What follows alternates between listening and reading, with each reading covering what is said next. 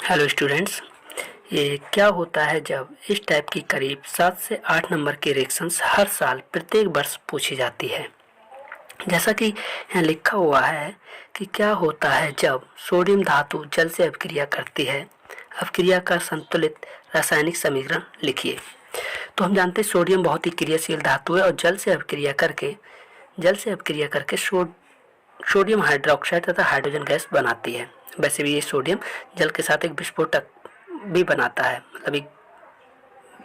बहुत ज़्यादा क्रियाशील होता है और आग उत्पन्न कर लेता है। तो सोडियम धातु जल से अभिक्रिया करके सोडियम हाइड्रोक्साइड और हाइड्रोजन गैस बनाती है। तो इसकी रिएक्शन क्या होगी? सोडियम धातु की Na किससे रिएक्शन कर रहा है? जल से रिएक्शन करेगा, मतलब H2O से रिएक्शन करके क्या बनाता है? सोडियम हाइड्रोक्साइड बनाता है। सोडियम हाइड्रोक्साइड को लिखते हैं NaOH, प्लस में हाइड्रोजन गैस उत्पन्न होती है। कह रहा है साथ में हाइड्रोजन गैस बनती है। अच्छा, कह रहा है साथ में अभिक्रिया का संतुलित रासायनिक समीकरण लिखिए। अभिक्रिया को संतुलित भी करना है, तो अभिक्रिया को संतुलित करने के लिए क्या करें? देखिए, हाइड्रोजन के परमाणुओं की संख्या, प्रत्येक परमाणु की संख्या काउंट कर लेते हैं। तो देखिए, यहाँ हाइड्रोजन के 2 परमाणु हैं, यहाँ हाइड्रोजन का 1 और 2, 3 हाइड्रोजन हैं इस साइड, और इस साइड हाइड्रोजन के 2 परमाणु हैं। तो हाइड्रोजन को बैलेंस करने के लिए पहले हम इधर 2 से गुणा कर देते हैं। अगर हम इधर 2 से गुणा कर दें तो यहाँ पर हाइड्रोजन के 2 दूनी 4 अणु हो गए, और इधर हाइड्रोजन के 2 और 1 3। हाइड्रोजन को बैलेंस करने के लिए यहाँ पर 2 से गुणा कर देते हैं। अब यहाँ देखें, हाइड्रोजन के 2 अणु, 2 से इधर गुणा हो रही है तो 2 इधर हैं और 2 ये, तो 4 हो गए।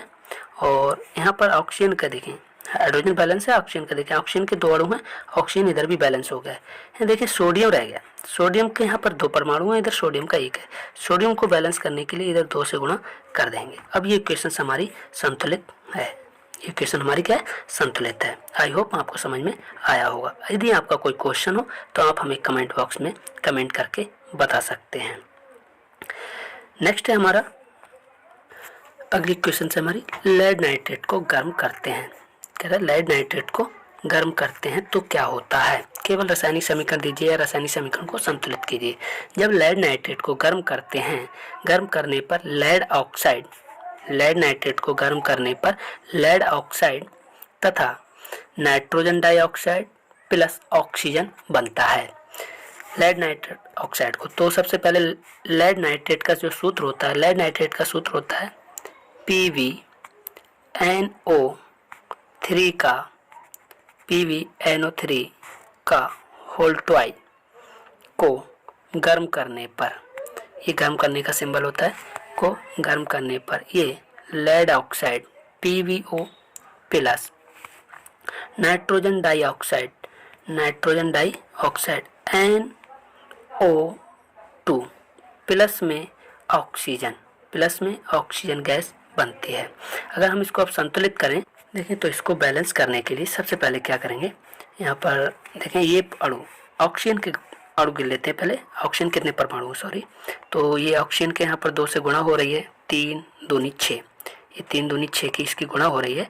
तो ऑक्सीजन तो इधर 6 हैं, इधर ऑक्सीजन के देखें तो ऑक्सीजन के 2 4 और 1 5, तो इधर 6 हैं, इधर 5 हैं, तो 2 2 4। अगर यहाँ सामने 2 से गुणा कर दें तो ये हमारे ऑक्सीजन का बैलेंस हो जाएगा। ऑक्सीजन बैलेंस हो गया। अब यहाँ देखें, लेड ऑक्साइड के यहाँ पर 2 हो गए, लेकिन इधर 1 अणु है, तो ऑक्साइड को बैलेंस करने के लिए इधर भी हम 2 से गुणा कर देते हैं। जब इधर हम 2 से गुणा करेंगे तो हमारा लेड ऑक्साइड भी बैलेंस हो चुका है। अब देखें नाइट्रोजन के कितने अणु हो गए? नाइट्रोजन का देखें 2 का होल ट्वाइस लगा है, 2 से गुणा हो रही है। तो नाइट्रोजन का, सिर्फ नाइट्रोजन की बात करें तो नाइट्रोजन का हो गया 2 दूनी 4, इधर नाइट्रोजन का 1 अणु है, तो अगर हम यहाँ से 4 से गुणा कर दें तो ये हमारी नाइट्रोजन का बैलेंस हो जाएगा। तो नाइट्रोजन में यहाँ 4 से गुणा कर देते हैं तो नाइट्रोजन भी हमारा बैलेंस हो गया। जब नाइट्रोजन बैलेंस हो गया तो देखें ऑक्सीजन का कितना हो गया, तो 3 दूनी 6, 6 दूनी 12, इधर देखें कि 12 है, तो 2 सामने से गुणा हो रही, 4 दूनी 8, 8 2 10 और 10 2 12, ऑक्सीजन भी हमारा बैलेंस हो गया। अब कह सकते हैं हमारी इक्वेशन संतुलित है। आई होप आपको समझ में आया होगा। जब दूसरी इक्वेशन दे रखी है हमारी, जब नाइट्रिक अम्ल कैल्शियम हाइड्रोक्साइड से अभिक्रिया करता है तो क्या होता है। तो नाइट्रिक अम्ल को लिखते हैं हम HNO3 से और कैल्शियम हाइड्रोक्साइड को लिखते हैं हम CaOH का होल ट्वाइस। जब कैल्शियम हाइड्रोक्साइड या नाइट्रिक अम्ल कैल्शियम हाइड्रोक्साइड अभिक्रिया करता है तो कैल्शियम नाइट्रेट तथा जल बनता है। यह हमको पता है, मतलब पता होना चाहिए। जब नाइट्रिक अम्ल कैल्शियम हाइड्रोक्साइड से अभिक्रिया करता है तो कैल्शियम नाइट्रेट तथा जल बनता है। देखते हैं रिएक्शंस। कैल्शियम हाइड्रोक्साइड का सूत्र होता है CaOH का होल ट्वाइस प्लस नाइट्रिक अम्ल का सूत्र होता है HNO3 एरो। जब ये कैल्शियम हाइड्रोक्साइड ये नाइट्रिक अम्ल जब अभिक्रिया करते हैं तो क्या बनता है, कैल्शियम नाइट्रेट। कैल्शियम नाइट्रेट का सूत्र होता है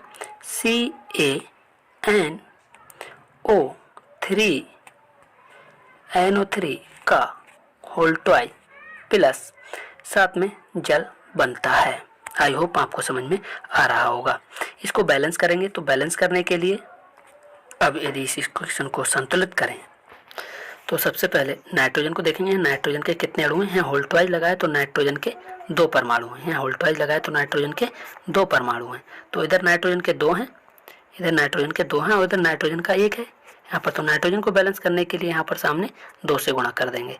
नाइट्रोजन इधर बैलेंस हो गया तो यहाँ देखें हाइड्रोजन के कितने परमाणु होगा। हाइड्रोजन के 2 ये हैं और 2 का होल ट्वाइस यहाँ लगाए तो हाइड्रोजन के होगा 4 और यहाँ हाइड्रोजन के 2 अणु हैं तो 2 से यहाँ गुणा कर देंगे। तो 2 से यहाँ गुणा करेंगे तो ये हाइड्रोजन के हो जाएंगे 4, हाइड्रोजन के हो जाएंगे 4। अब ये देखें इक्वेशंस। अब हमारा कैल्शियम का इधर 1 परमाणु है, कैल्शियम का इधर 1 है, बैलेंस है। ऑक्सीजन का देखें, अगर यहाँ पर देखें ऑक्सीजन का 3 दूनी 6, 6 2 8। यहाँ पर देखेंगे 3 दूनी 6, 3 दूनी 6 और 6 और 2 8। हमारा ऑक्सीजन भी बैलेंस है। आई होप आपको समझ में आया होगा।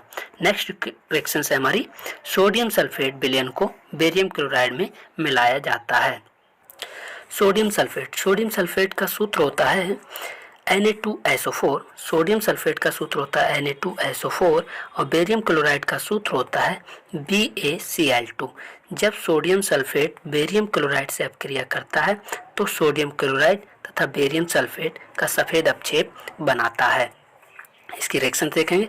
सूत्र क्या होता है, सोडियम सल्फेट का सूत्र होता है Na2SO4 प्लस बेरियम क्लोराइड का सूत्र होता है BaCl2। बेरियम क्लोराइड का सूत्र होता है BaCl2। अब क्रिया के बाद ये बनाता है sodium chloride NaCl plus barium sulphate BaSO4। I hope आपको समझ में आ रहा होगा। यदि इस इक्वेशंस को समीकरण संतुलित ना कराए और सिर्फ ये पूछे कि क्या होता है जब केवल रासायनिक समीकरण दीजिए, तब आप इस रिएक्शन को यहीं छोड़ सकते हैं। अगर आपसे संतुलित कराए तो इस समीकरण को संतुलित करना जरूरी होगा। संतुलित करने के लिए देखेंगे यहाँ पर सोडियम का 2 परमाणु हैं, सोडियम के इधर 2 परमाणु हैं और इधर सोडियम का 1 है, इधर क्लोरीन के 2 हैं, इधर क्लोरीन का 1 है। तो पहले सोडियम क्लोराइड मतलब Na और Cl को बैलेंस करने के लिए इधर 2 से गुणा कर दें। तो बेरियम का 1 परमाणु है, सल्फेट का 1 है, इधर ये बैलेंस है तो बैलेंस सोडियम क्लोराइड को बनना होगा। मतलब सोडियम और क्लोरीन के परमाणुओं को बैलेंस करने के लिए यहाँ 2 से गुणा कर देंगे। अब ये इक्वेशन हमारी संतुलित है। आई होप आपको समझ में आया हो। अगली इक्वेशन है हमारी कि जिंक धातु का कॉपर सल्फेट विलयन में डाला जाता है। मतलब जिंक धातु के टुकड़े को कॉपर सल्फेट विलयन में डाला जाता है तो क्या होता है। तो जिंक धातु को हम लिखते हैं Zn से। जिंक धातु कैसे लिखते हैं, Zn से प्लस कॉपर सल्फेट को लिखते हैं CuSO4। तो जिंक धातु कॉपर से अधिक क्रियाशील होने के कारण कॉपर सल्फेट के विलयन से कॉपर को विस्थापित कर देती है और जिंक सल्फेट बना लेती है। तो रिएक्शन में बनेगा zinc sulphate ZnSO4 plus copper विस्थापित हो जाएगा और ये हमारी अपक्रिया विस्थापन अपक्रिया है। इक्वेशन संतुलित है। अगर संतुलित करने को न पूछे तो हम ऐसे ही छोड़ देंगे, अगर पूछे तो बैलेंस करना जरूरी है। फिलहाल ये इक्वेशन हमारी संतुलित है। नेक्स्ट इक्वेशन है हमारी, एल्यूमिनियम धातु का टुकड़ा तनु हाइड्रोक्लोरिक अम्ल में डाला जाता है तो क्या होता है। एल्यूमिनियम धातु का टुकड़ा तनु हाइड्रोक्लोरिक अम्ल में डाला जाता है तो क्या होता है। एल्यूमिनियम को लिखते हैं हम Al से, एल्यूमिनियम को किससे लिखते हैं, Al से, प्लस किस में डाला जाता है, तनु हाइड्रोक्लोरिक अम्ल मतलब HCl हाइड्रोक्लोरिक अम्ल में डाला जाता है तो क्या होता है। तो एल्यूमिनियम क्लोराइड बनता है तथा हाइड्रोजन गैस विस्थापित होती है। तो एल्यूमिनियम क्लोराइड का सूत्र होता है AlCl3 plus hydrogen aluminium chloride plus hydrogen gas बनती है। अगर इक्वेशन को संतुलित कराएं तब इस इक्वेशन को संतुलित करेंगे, नहीं तो आप यहीं छोड़ सकते हैं। संतुलित करने के लिए इस इक्वेशन को बैलेंस करेंगे तो यहाँ देखें क्लोरीन के 3 परमाणु हैं और हाइड्रोजन के 2 हैं।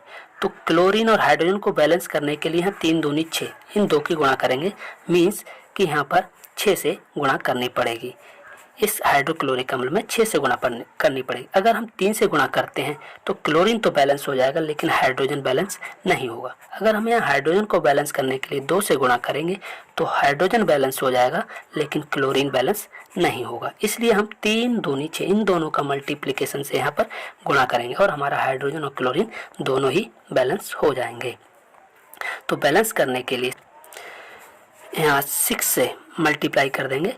अब यहाँ पर हमारा क्लोरीन तथा हाइड्रोजन दोनों ही बैलेंस हो चुके हैं, लेकिन एल्यूमिनियम का हमारा यहाँ पर 1 परमाणु है और एल्यूमिनियम का यहाँ पर भी 1 परमाणु है। एल्यूमिनियम हमारा बैलेंस नहीं है, क्यों, क्योंकि यहाँ क्लोरीन के 6 परमाणु हो गए और क्लोरीन का इधर 3 है। तो क्लोरीन को बैलेंस करने के लिए यहाँ पर 3 दूनी 6 मतलब 2 से गुणा कर देंगे।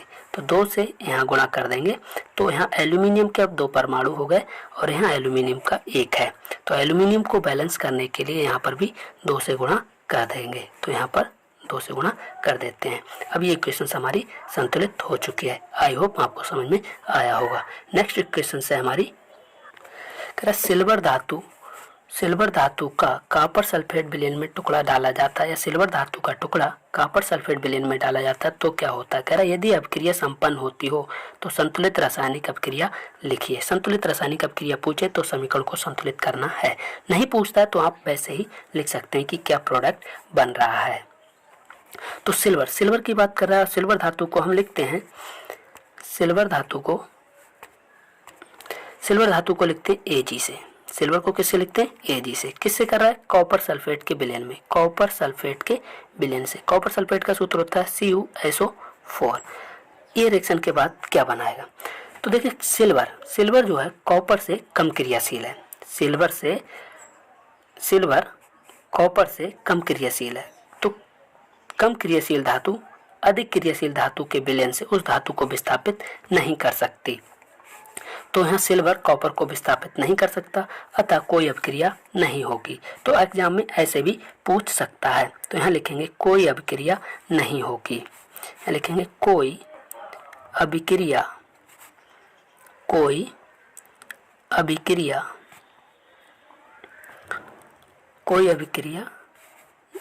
नहीं होगी, कोई अभिक्रिया नहीं होगी।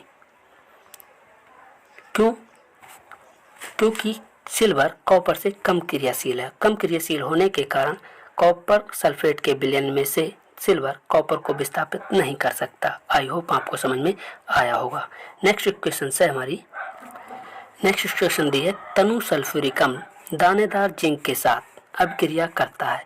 तो तनु सल्फ्यूरिक अम्ल दानेदार जिंक के साथ अभिक्रिया करता है तो क्या बनता है, तो सल्फ्यूरिक अम्ल मतलब जिंक सल्फेट बनता है प्लस हाइड्रोजन गैस बनती है।